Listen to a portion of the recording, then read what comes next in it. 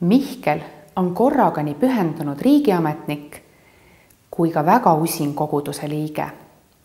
Tema jaoks on ülestõusmispühad aasta kõige tähtsam püha. Tal on varasemast üks pikk töötatud laupäev, kui oli vaja ühed materjalid kiiresti ära teha. Ja nii palub ta oma ülemuselt teist ülestõusmispüha vabaks päevaks. Ülemus teatab talle aga, et meil Eestis on kirik ja riik lahutatud ja sellel põhjusel ta talle põhimõtteliselt just seda esmaspäeva vabaks ei anna. Selles näites diskrimineerib tööandja Mihklit tema usutunnistuse pärast. Jah, Eestis on küll kirik ja riik lahutatud, aga see ei tähenda seda, et Mihklil poleks õigust teist ülestõusmispüha vabaks saada, eriti kui ta on see töötunnid juba täis töötanud. Usu tõttu ei ole tööandjal õigust töötajat halvemini kohelda.